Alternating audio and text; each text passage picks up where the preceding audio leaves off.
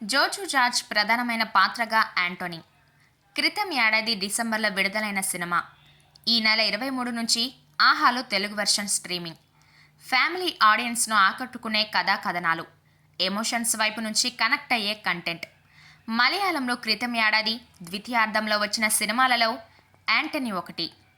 Joju George కథానాయకుడుగా నటించిన ఈ సినిమాకి జోషి దర్శకత్వం వహించాడు. డిసెంబర్ 1వ తేదీన థియేటర్లకు వచ్చిన ఈ సినిమా అక్కడి ఆడియన్స్ నుంచి మంచి మార్కులు కొట్టేసింది. ఈ సినిమా తెలుగు వెర్షన్ ఈ నెల 23వ తేదీన ఆహాలో అందుబాటులోకి వచ్చింది. ఈ సినిమా ఎలా ఉందనేది ఇప్పుడు చూద్దాం. ఇది కొత్త కథేం కాదు.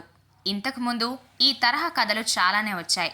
అయితే స్క్రీన్ ప్లే, అన్ని వైపుల నుంచి కథను అల్లుకుంటూ వచ్చిన తీరు, ప్రెజెంటేషన్ ఆడియన్స్ను ఆకట్టుకుంటాయి. కుటుంబ సభ్యులందరినీ కోల్పోయి నేరమయ జీవితానికి అలవాటు పడిన ఒక వ్యక్తి తన కూతురు స్థానంలోకి ఒక ఆడపిల్ల వచ్చిన తర్వాత ఎలా మారిపోతాడు అనేదే ఈ కథలోని సున్నితమైన అంశం.